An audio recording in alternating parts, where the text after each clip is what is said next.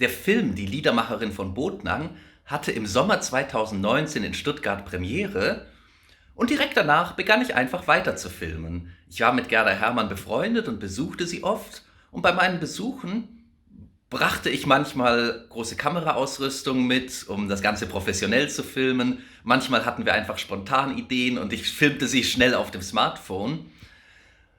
Und ich begann die Idee zu haben, daraus den zweiten Teil der Liedermacherin von Botnang zu schneiden. Praktisch ein Film, den man sich anschauen kann, wenn man im ersten Teil Gerda Herrmanns Leben und Werk interessant fand, für viele weitere Informationen. Sie war auch sehr angetan von der Idee und wir filmten einiges, nur leider starb sie im April 2021. Deshalb konnten wir einige Szenen, die wir noch geplant hatten, nicht mehr filmen. Ich wollte zum Beispiel filmen, wie sie ihr altes Wohnhaus in Cannstatt besucht, in dem sie ihre Kindheit verbracht hat und dazu Geschichten erzählt. Außerdem hatten wir manche Szenen ganz spontan auf dem Smartphone gefilmt. Sie war sehr zufrieden. Ich hatte nur manchmal gedacht, technisch könnte man es besser machen, vor allem der Ton. Wir hatten in manchen Szenen keine externe Tonausrüstung und der Ton ist ein bisschen unklar. Deshalb wollte ich manche Szenen nachdrehen, allerdings kam das auch nicht mehr zustande. Ich wollte den zweiten Teil als einen Zusammenschnitt präsentieren, wie den ersten, mit fließenden Übergängen. Allerdings, da jetzt manche Szenen fehlen, habe ich mich entschlossen, das Rohmaterial zusammenzuschneiden zu einer Präsentation, was wir nach Sommer 2019 noch filmten. Und es sind viele wunderschöne Momente darin. Das Material ist technisch manchmal etwas unregelmäßig. Manche Szenen sind am Smartphone ohne externen Ton gefilmt. Dann klingt der Ton manchmal etwas undeutlicher oder das Bild ist nicht ganz so klar. Aber ich bin mir sicher, der Inhalt macht das mehr als wett. Und ich freue mich, es so präsentieren zu können. Es gibt ja auch ganz reizende E-Mails, wie ich sie aus Kalifornien bekommen habe, mit dem charmanten Kompliment zum Film. I love her. Too bad that I'm not 50 years older or she is 50 years younger. Und nee, also es gibt immer wieder berührende Dinge, die mir auch im Alter verwitwet viel allein gut tun.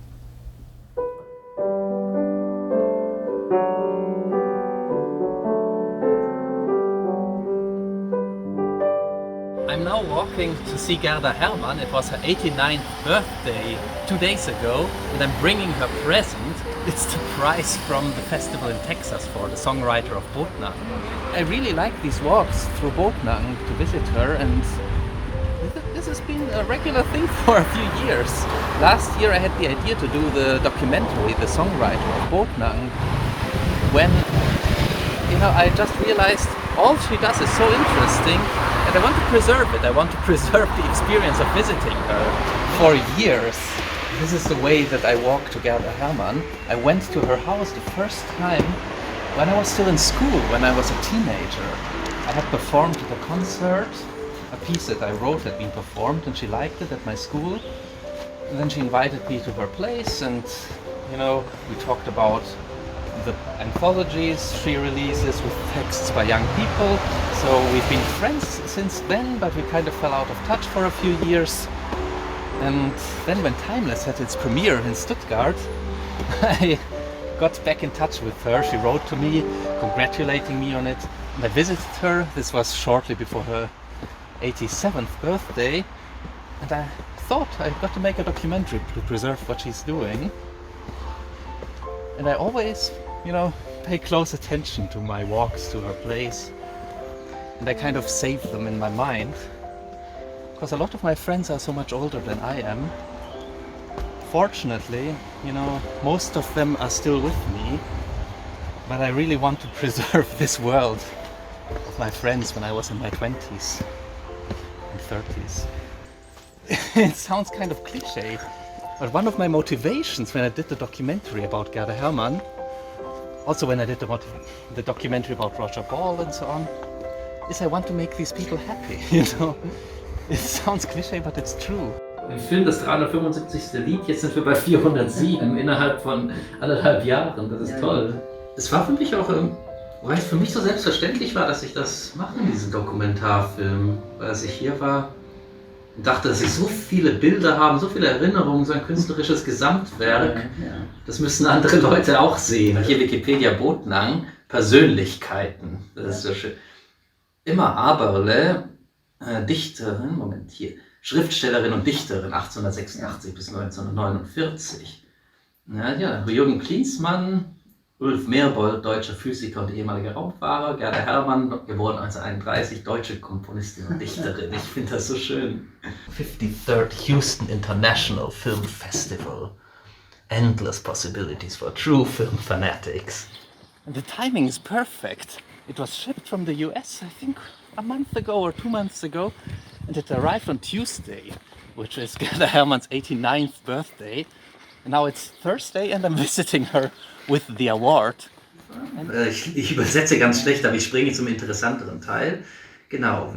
Also dieses Jahr mehr als 4670 Einreichungen wurden aus 76 Ländern eingereicht. Genau. World Fest bleibt fiercely independent, also kategorisch unabhängig. Und eines der weltweit ältesten, am längsten laufenden und größten Film- und Videowettbewerbe. Wissen Sie schon, wo Sie den aufhängen? Oder? Nee. Da muss ich jetzt mal gucken. Ich suche mal einen Platz, wo ich oft hingucken kann. Vielleicht im Wohnzimmer für den Bild von meinem Mann. Alle Dokumentarfilme, die ich bisher gefilmt habe, handeln von Leuten, die eine Leidenschaft haben. Wir haben ja auch Roger Ball in der Wüste, aber praktisch diese Leidenschaft nicht haben, weil sie eingebildet sind oder Selbstdarsteller, sondern einfach ihrer Leidenschaft folgen und eigentlich gar nicht so auf die Außenwirkung bedacht sind. Und da habe ich das Gefühl, dann ist es so ein bisschen meine Aufgabe, diese Personen für die Außenwelt zu bewahren und ein bisschen... Mal sehen, was ich da noch für Entdeckungen And I felt its mission accomplished recently, you know, when I did the documentary. There were not many press releases about her. The media didn't write so much about her. There were a few articles. Now there's a Wikipedia page about her. There were interviews published, both about the documentary and about her works.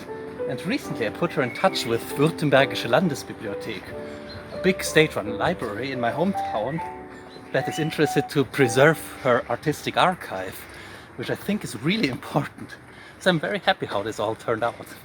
Die Württembergische Landesbibliothek hat ja meine Notenbände schon in den Bereich Musik übernommen und ich habe eine Nachlassvereinbarung unterschrieben, dass das ganze Archiv, Unterlagen, ich bewahre auf, den Text, der mich zum Vertonen verführt hat, dann die erste Skizze und die Ausarbeitung und dann das fertige Werk. Und da habe ich also nun verschiedene Ordner, schön rot beschriftet. Das ist also der Ordner 6, 7, 8, 9, 10.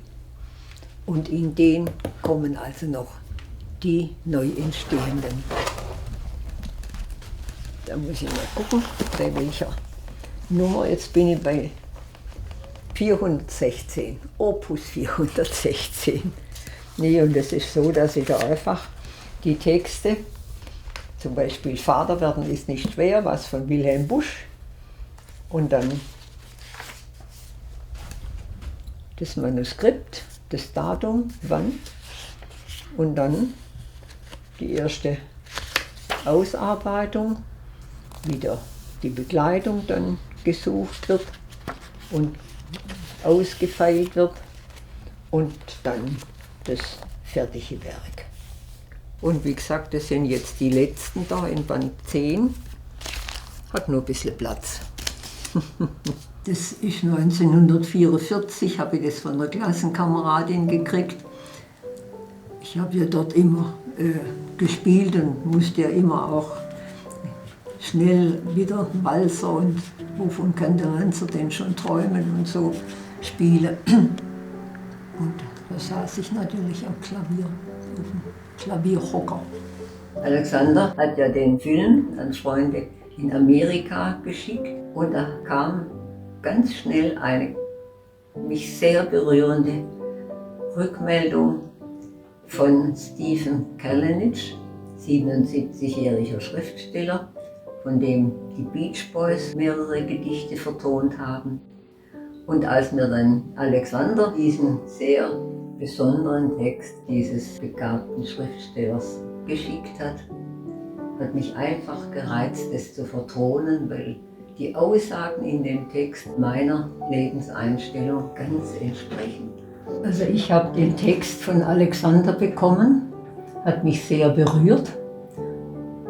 War am 13. September. Am nächsten Tag habe ich mich an den Flügel gesetzt, das Handy daneben gelegt, Notenpapier, Bleistift und dann mit der linken Hand versuche ich die Melodie zu finden und mit der rechten Hand notiere ich dann die Noten.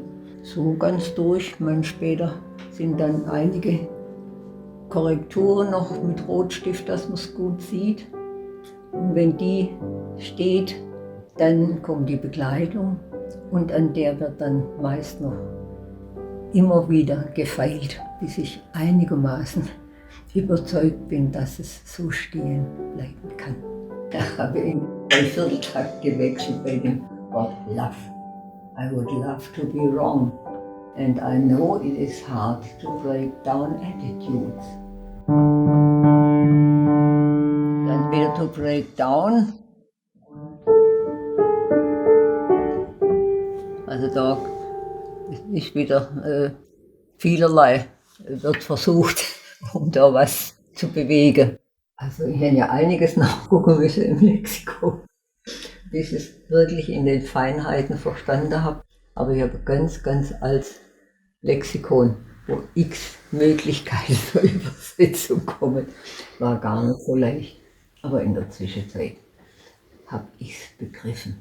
Manchmal war ich mit der Betonung nicht ganz sicher, zum Beispiel bei dem Begriff Judgmental.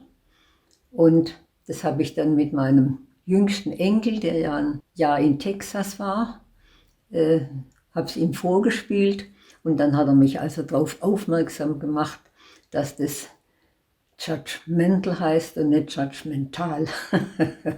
Hier das very judgmental, das ist falsch, judgmental heißt es. Das war das mental auf die halbe Note. So wie man vielleicht auch ein Gedicht vorträgt mit entsprechender Betonung, so setze ich das in Melodie um. I can use this to help others, I will do it. Und dann Pause,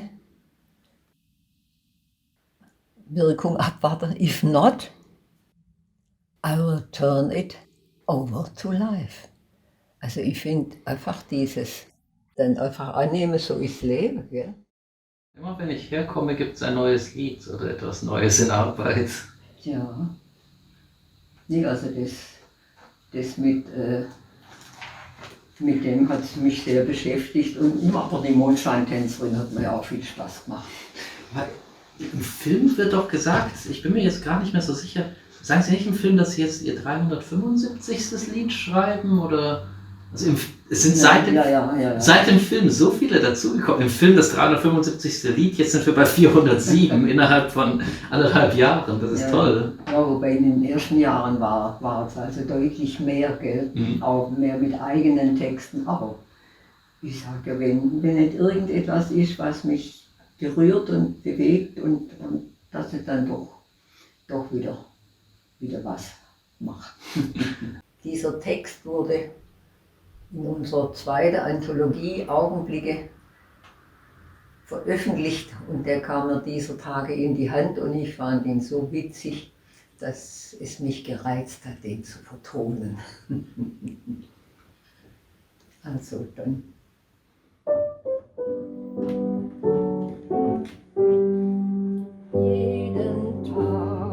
Jeden Tag, wenn Herr ständig nach Hause kam, stand das Essen auf dem Tisch, frisch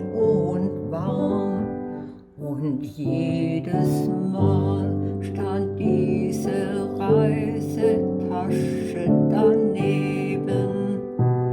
Er ständig musste vom Tische stets sie heben. Was seine Gattin damit bezwecken wollte, hatte er nie verstanden.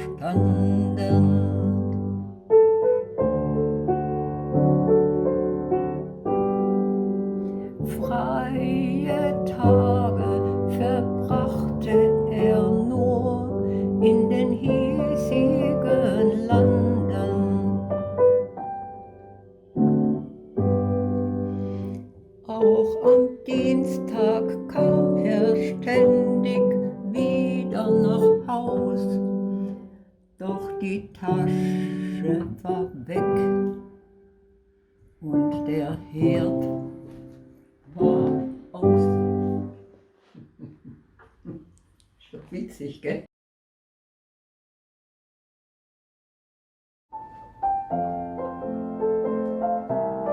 So I'm very glad that you came to the screening of The Songwriter of Bodnang.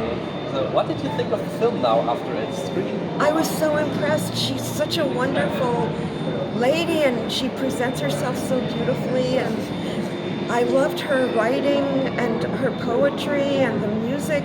She's so talented, so beautiful. I was really moved.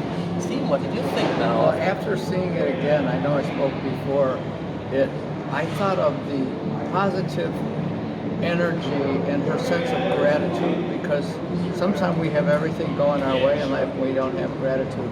But she had gratitude and she's very humble about it, and she's not trying to be another Beatles or Elvis. She's just doing her own thing, which is a beautiful thing, to enjoy what you do and not always attach it. And although through that, I really feel she touches a level of greatness. She has tremendous talent as a songwriter, as a composer. I love her philosophy. I think that it's about time that the people in her community, in the Stuttgart area, recognize that they have a wonder living among them. And I think she deserves to be discovered. I never heard of her until this very day.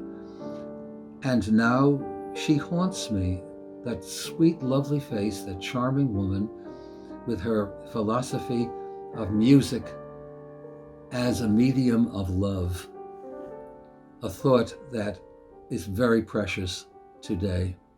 Do you have a message for Gerda Hermann directly? I would say keep it up. You're a spark to me, because that's when I saw this, it just lit me up as a professional and as a composer. I have to keep up with you, not you keep up with me, because what I saw is that it came from out of your heart. And I like to write out of my heart, and so you verify that for me, that there are people still out there in this world that write music that are out there like that. So I want to thank you. Eine Rückmeldung aus Amerika auf den Film Die Liedermacherin von Bodnang war von einem auch im vorgerückten Alter sehr kreativ gewordenen Mr. Ball.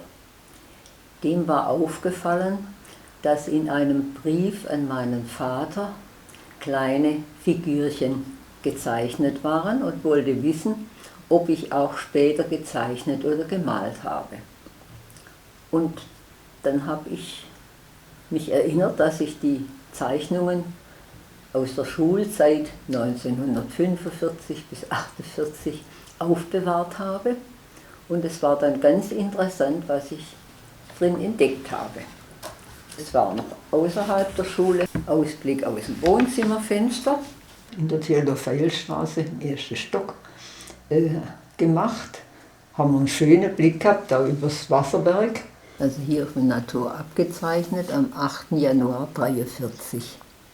Wir hatten vom Wohnzimmer aus einen schönen Blick, gegenüber war das Wasserreservoir und dann kam nur Gärtnerei, ging so runter zur Nürnberger Straße und auf der anderen Seite hoch der Geiger, sagt man, heißt auch Straße im Geiger.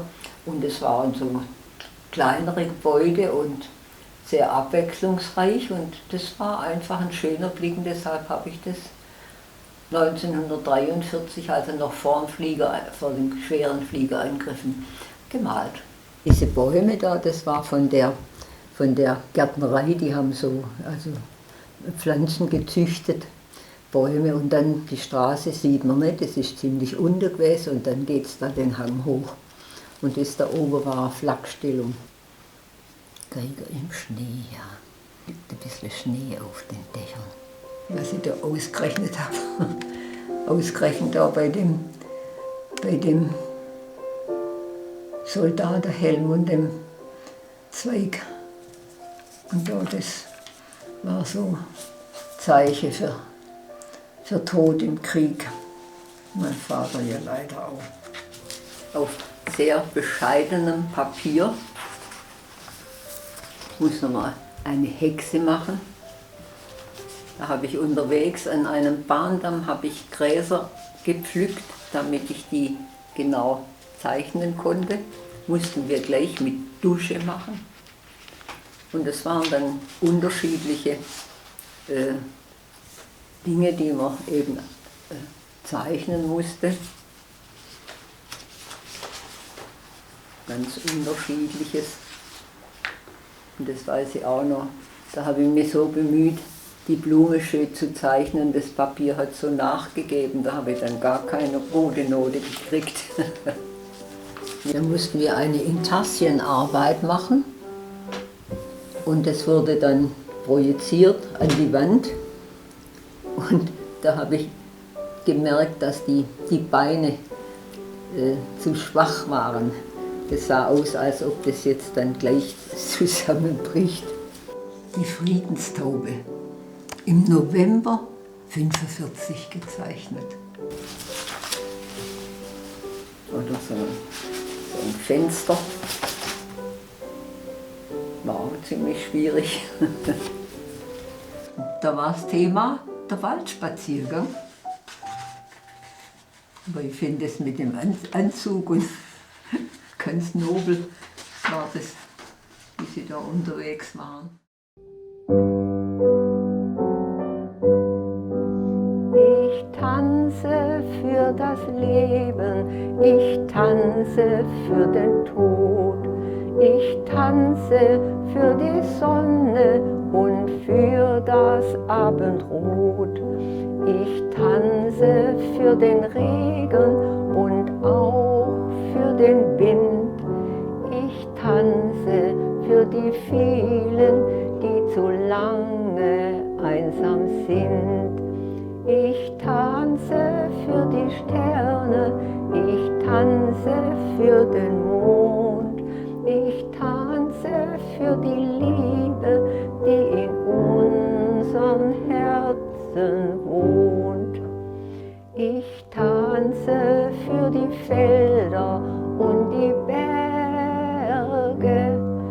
Ich tanze für die Elfen und auch für die Wurzelzwerge. Ich tanze für die Seelen, deren Körper leblos sind. Ich tanze für ein Leben, das im Hier und Jetzt beginnt.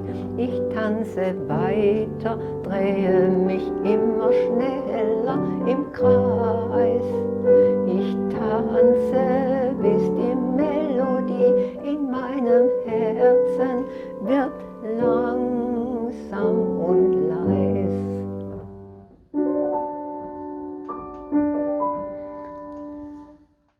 Den Text dieses Liedes habe ich von Frau Fügener bekommen, die nach dem Film über die Liedermacherin von Bodnang auf mich aufmerksam wurde.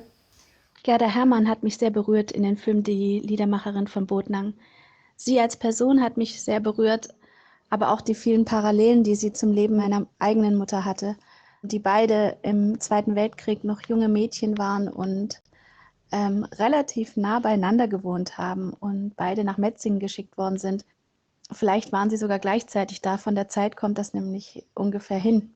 Durch dich habe ich ja dann den Kontakt bekommen. Wir haben uns, Frau Herrmann und ich, dann geschrieben und dann immer öfter geschrieben. Ich habe ihr Gedichte geschickt und ja, es berührt mich sehr, dass es sie auch berührt hat und dass sie dann welche davon vertont hat. Vor allem das Halt mich bitte fest, das ist das Gedicht, das ich für meinen verstorbenen Vater geschrieben habe. Das ist unheimlich schön, dass sie das auch genommen hat zum Vertonen. Leider konnten wir uns nur nie persönlich treffen, weil dann gerade die Corona-Zeit war. Das eine Konzert wurde kurz davor abgesagt, sonst hätten wir uns da auch noch persönlich getroffen. Aber der Schreibkontakt, der war, ich würde sagen, sehr intensiv und genau, sehr offen, sehr ehrlich und sehr gefühlvoll.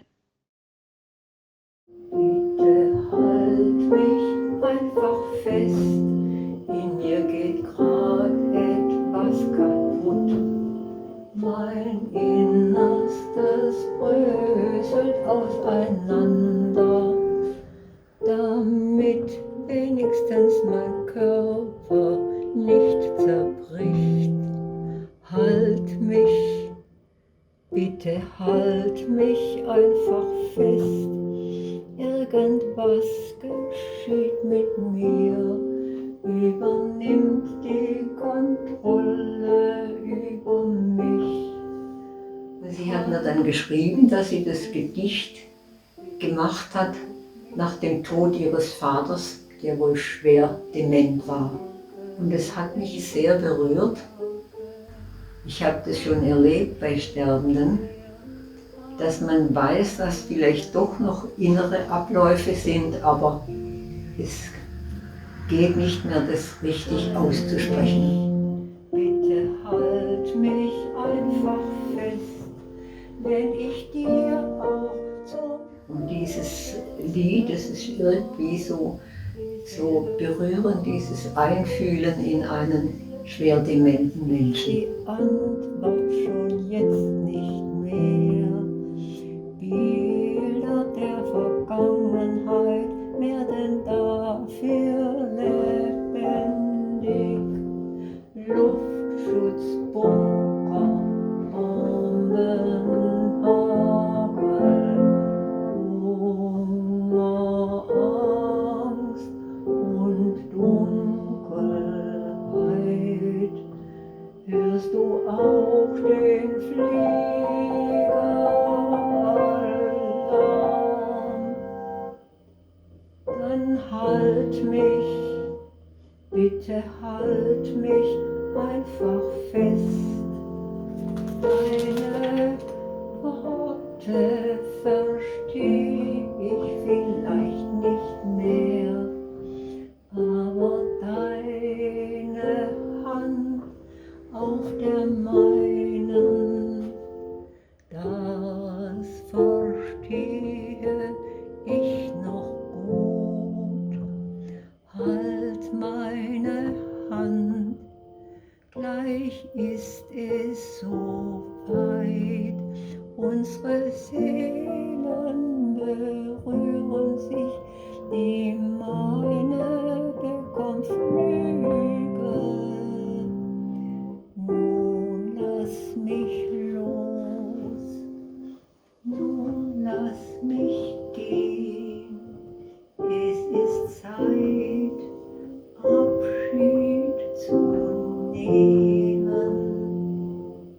Danke, leb wohl.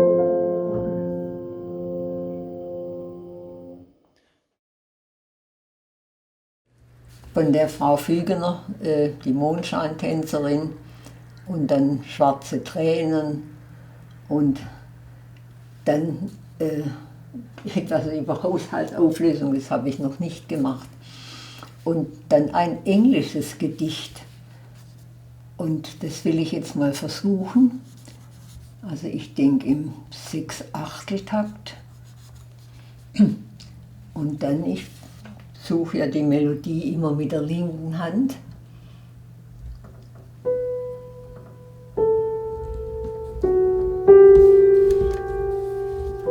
Muss ich also dann da, das ist auf.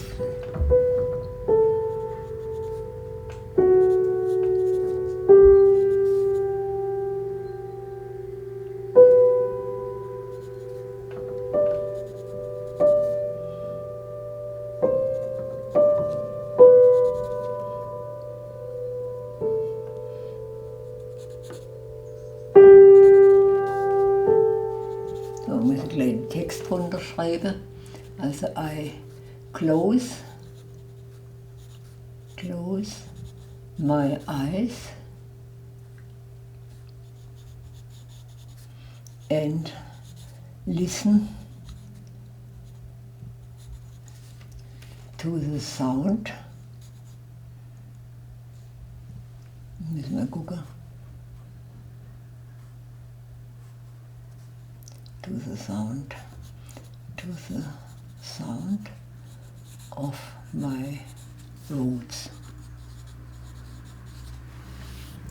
Sollen wir das jetzt mal eingeben gleich? Der Panther ist immer noch Ihr Lieblingslied von Ihnen, das Sie geschrieben haben. Ja, das ist schon besonders schön, auch wie er singt, gell? Ja. Also das, nee, der Panther, ja doch. Ich habe mir neulich nochmal Schneckenliebe angehört und ich mag das so, wie er bringt diese Komik da hinein, ja. mit diesem unglaublichen Ausdruck und Pathos. Ja.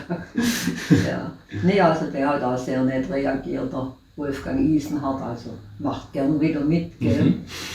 Jetzt gehe ich an den PC zum Capella-Programm, um schon gleich mal das erste festzuhalten, dann fällt es leichter mit der Fortsetzung. Schwieriger Text. So, also, müssen wir mal schnell darüber.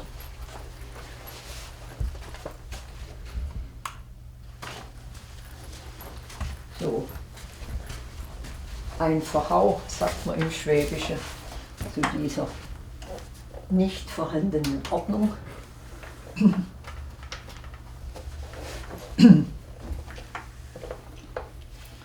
So, Takt. Machen wir 6/8.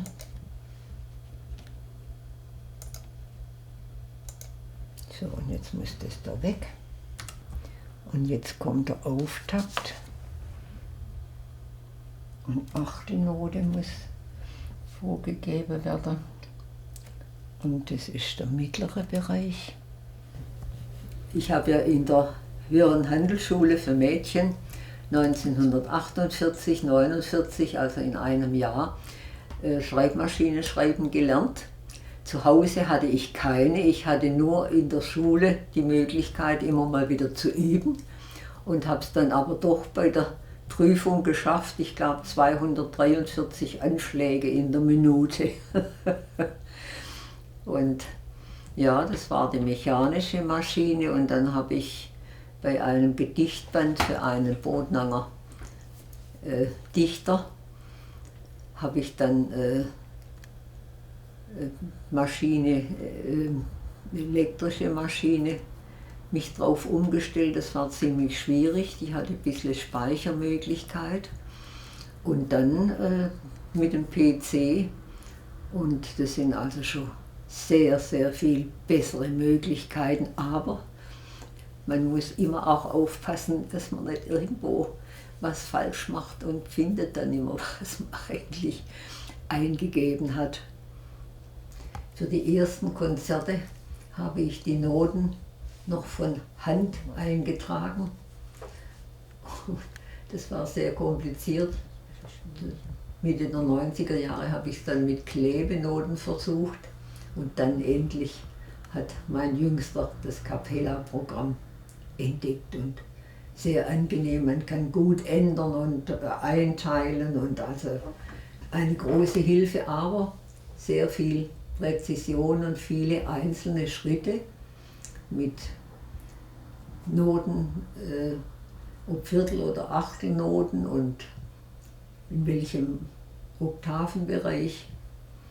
Aber mit der Zeit lernt man es auch im Alter.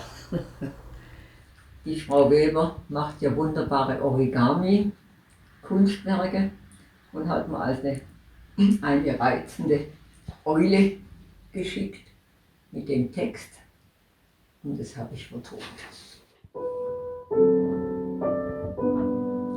Die Eule nimmt genau wie du von Jahr zu Jahr an Weisheit zu. Mensch, denk auf deiner Lebensweise. Du wirst nicht älter, sondern weise. Ja, kurz, aber zutreffend. Dann müssen wir einen Bauernhof zeichnen, was ja für uns Stadtkinder gar nicht einfach war. Da war Fantasie gefragt. Ich habe zwar mal in Metzingen beim Kartoffelstecken geholfen. Den Weihnachtsmarkt. Ja, ziemlich bescheiden. Ich kann mich gar nicht erinnern, dass man da groß unterwegs war. Ich glaube, da ist vieles einfach der Fantasie entsprungen. Also es waren einfach unterschiedliche Aufgabenstellungen mit entsprechender Schreibweise. Ja, das ist wahrscheinlich irgendein Gedicht, also von mir nicht. Ich finde es ein interessanter Text, weiß aber nicht von wem. Jedes Kunstwerk ist ein geformtes, ein Organismus. Sein wesentlichstes Merkmal ist der Charakter der Notwendigkeit, dass nichts geändert oder verschoben werden könnte, sondern alles so sein muss, wie es ist. Ein Scherenschnitt war ganz schön schwierig. Oh, oh.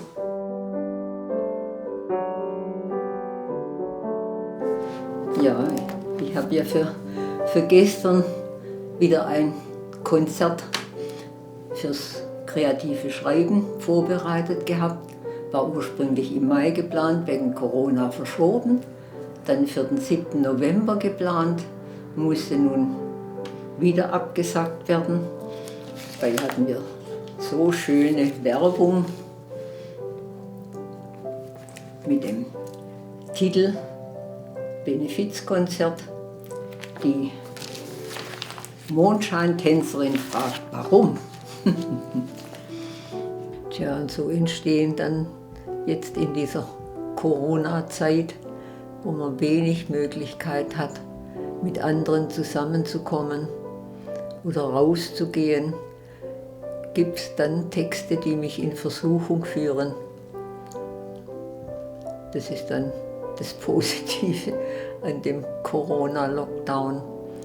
Und dann doch auch Texte wie der Mund, wo es also darum geht, dass man Mundschutz tragen muss.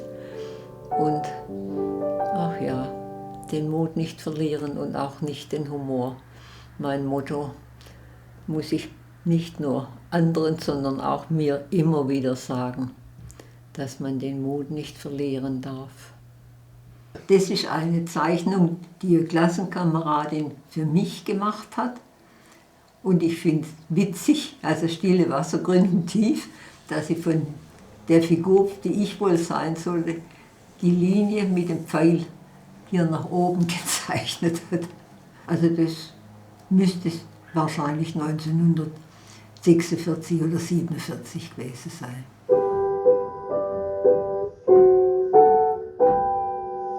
Jedes Zweiglein ist bereift, gleißt und glitzert hell. Was uns an die Nase greift, rötet sie ganz schnell.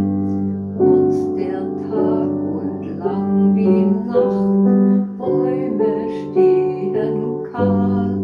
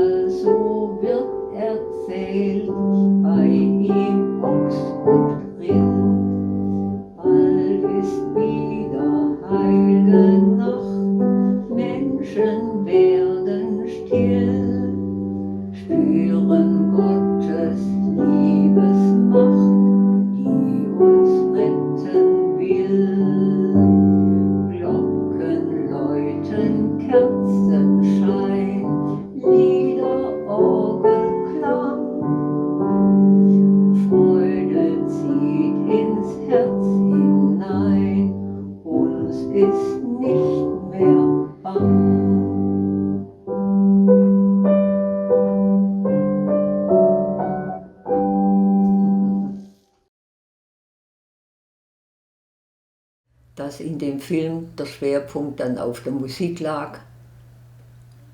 Völlig in Ordnung, aber dann fallen einem doch in der Erinnerung, so im 90. Lebensjahr, andere Stationen ein und Engagements, und die mir nach wie vor auch alle wichtig sind. Also gerade beim Amnesty-Engagement habe ich mal den Werner Fink, war ein ganz bekannter Kabarettist, nach Stuttgart gelotst zu einer Veranstaltung, um für Amnesty das bekannt zu machen. Und dann Gottesdienst in der Friedenskirche, stand ich auf der Kanzel. Das waren ja alles Dinge mit meiner Ausbildung, 10 Jahre Schule, 1 Jahr höhere Handelsschule, dann Beruf, Familie, und war sicher vieles nicht perfekt, aber mir ging es immer um die Sache. Nach der Ausstrahlung des kleinen Films bei der Landesschau des SWR hat sich eine Frau Haug bei Alexander gemeldet. Er schickte ihr auch die Aufnahme der deplatzierten Reisetasche, die er von mir mal gemacht hat. Und dann schickte sie eine Fortführung der deplatzierten Reisetasche. Das hat mir der Alexander umgehend weitergeleitet, und ich war sofort dran, das zu vertonen. Hat mir viel Spaß gemacht. So, also jetzt der zweite Teil. Da fiel es ihm wie Schuppen von den Augen, und er wusste, was er tun musste. Er eilte schnell zum Zug. Sie war zum Glück noch da. Er küsste sie ganz sacht, erzählte, was er erdacht. Sie zwinkerte ihm zu, und beide stiegen mit der Reisetasche in den Zug. Im Nu.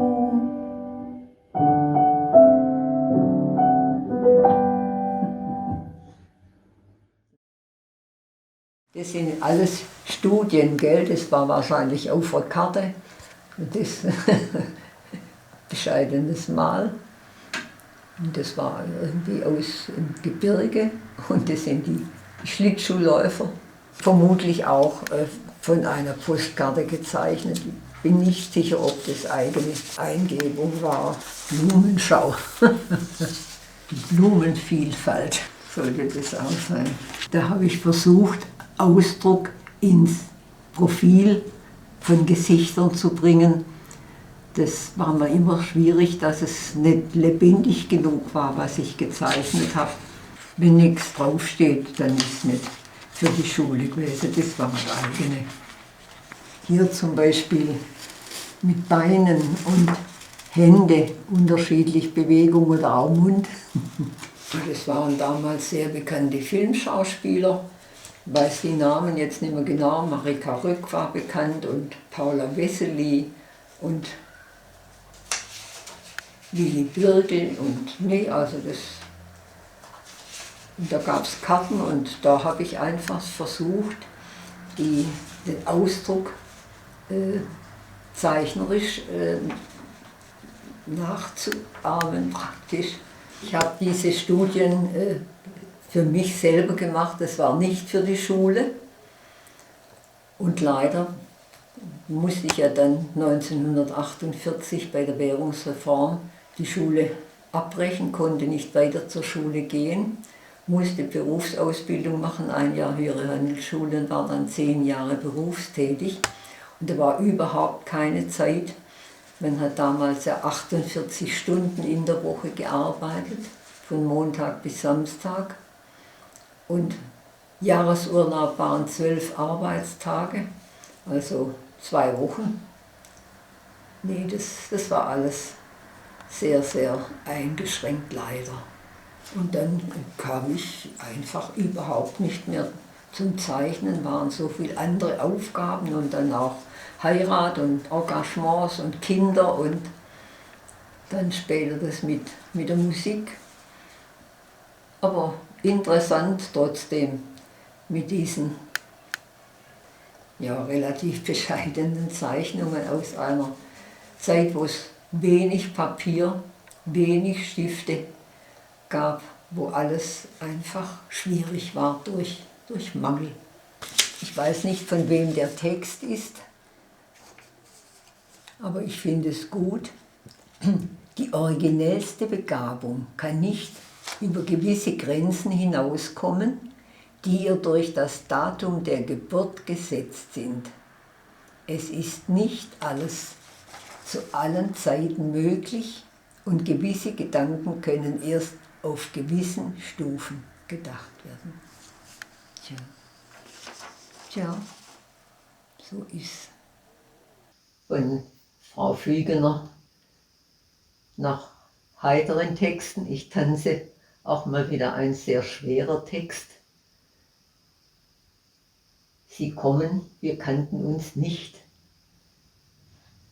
Also ich spiele es und sing's mal.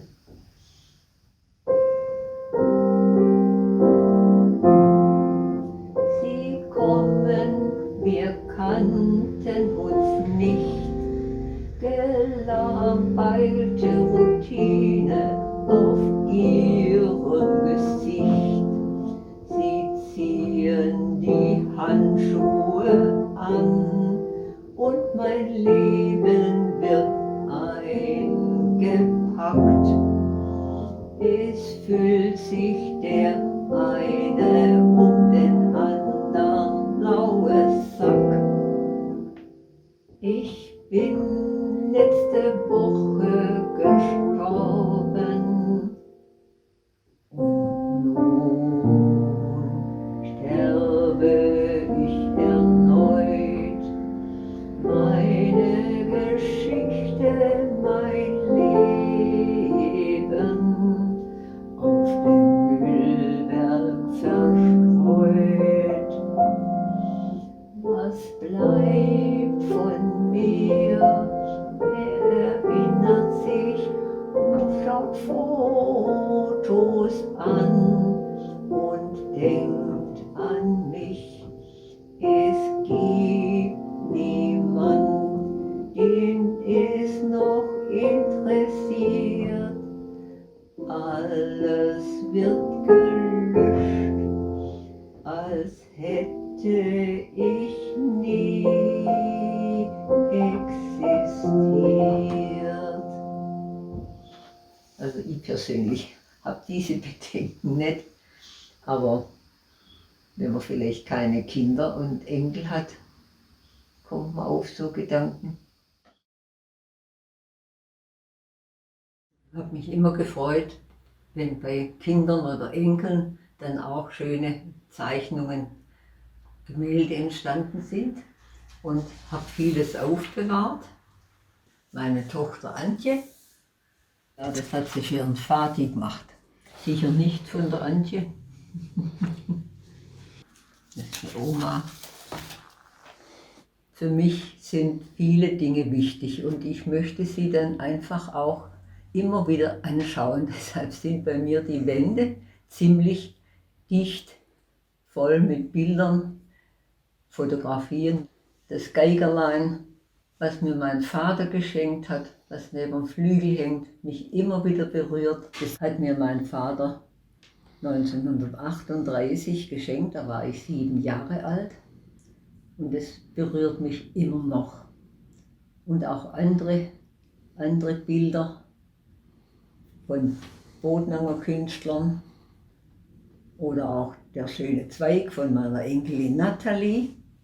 Also bei einer Ausstellung hat mich eine Bronzeplastik so berührt, dass wir es dann, obwohl es nicht billig war, gekauft haben. Die Träumerin ist von Jörg Limbach und ich habe sie dann auch bedichtet und den Text auch vertont. Als ich zum ersten Mal dich sah, war seltsam ich berührt. Obwohl aus Bronze mit Patina, hab Sehnsucht ich verspürt. O Träumerin, so zart und fein, nun bist du mein. Zwei Künstlerhände schufen dich, stehst nun in diesem Raum, ganz still im Wechselspiel des Lichts, träumst einen tiefen Traum. O Träumerin, so voll Ruhe, wie schön bist du. Dein Haar ist voll, sehr weich, dein Mund fast sinnlich anzusehen, die Finger länglich, schmal, nicht rund, die Nase zierlich schön. Du Träumerin, so fein und zart, bist sehr apart. Mir hat das Leben nicht erfüllt, so manchen kühnen Traum, doch solches Sehnen wird gestillt, seit du in diesem Raum. O Träumerin, hörst du die Musik im Traum vom Glück? Ich freue mich an jedem Tag an dir, du Träumerin, trotz Arbeit und so mancher Plag wird froher stets mein Sinn. O Träumerin, so zart und fein, nun bist du mein. Alexandra muss immer wieder sagen, wenn sie diese Idee nicht gehabt hätte.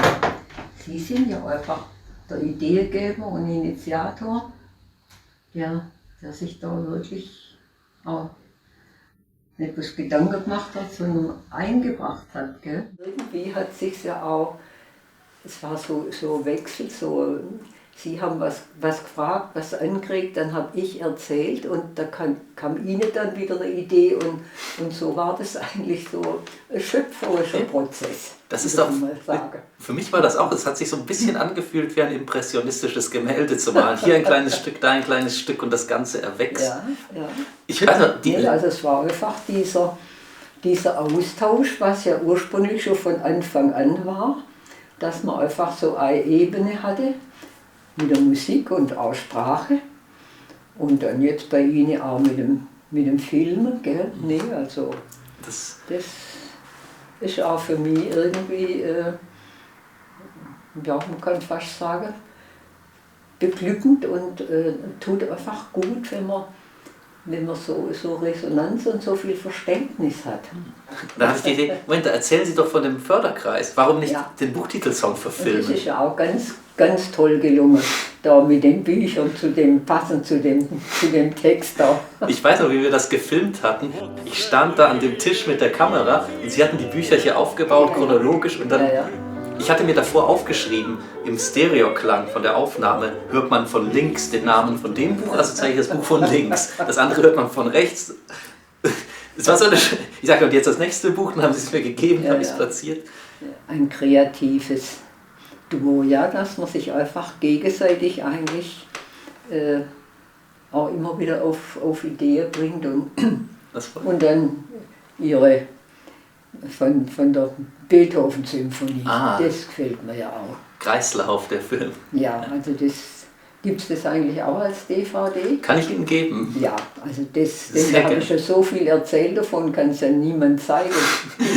Bisher bloß bei Ihnen im Laptop. Nee, also das ist auch ganz, ganz toll gemacht. Das Jahr des versteckten Lächelns von Susanne Fügener.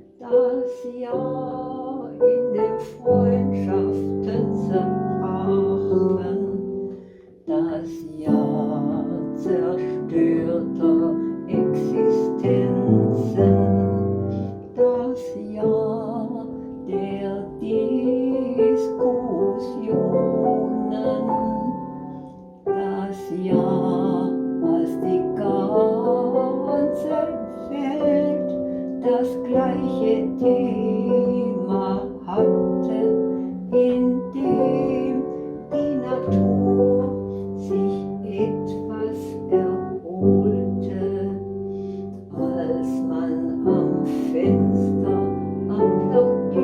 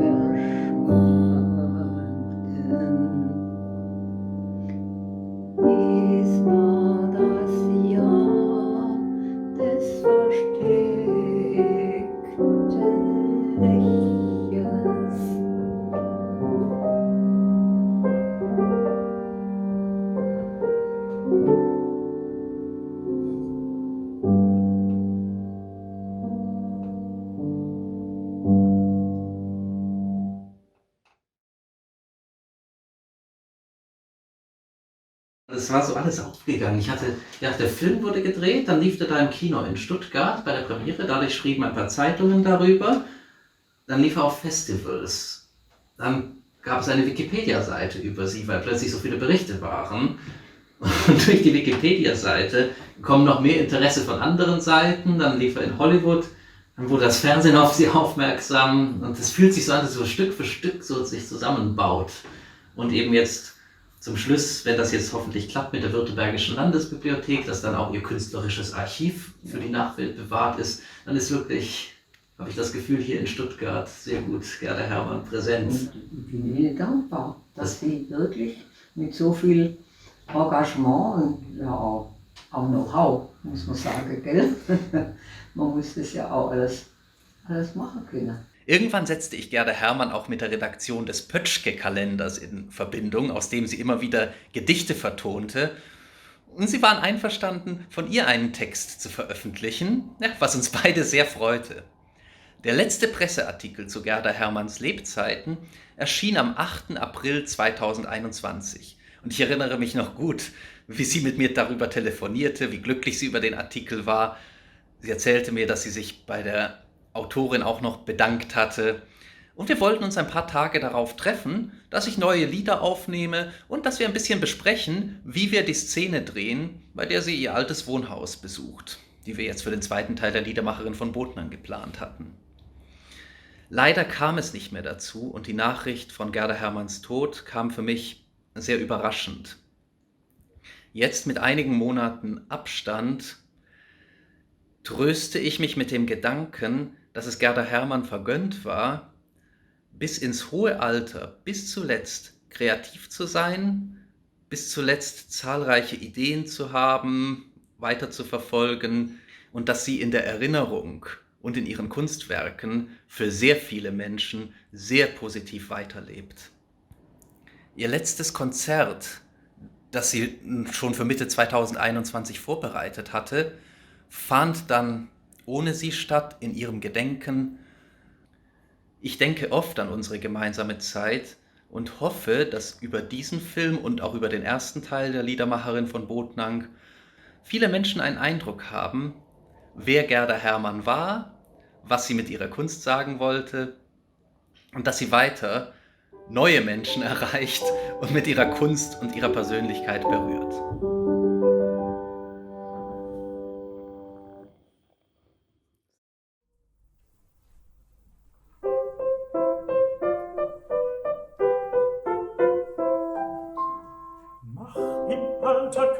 Schritte, nimm das Leben wie es ist, denn die Lebensuhr läuft weiter bis zur letzten Frist. Freue dich am Sonnenschein, an Blumenvöglein, an Musik, hole zur Erinnerung nur schöne Stunden dir zurück.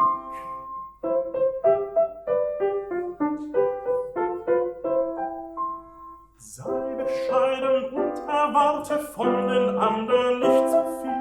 Bleib dir treu und investiere nicht zu viel Gefühl. Denn fast jeder sucht, dass seine Horizont wird langsam eng. Nimm es mit Gelassenheit und sei im Urteil nicht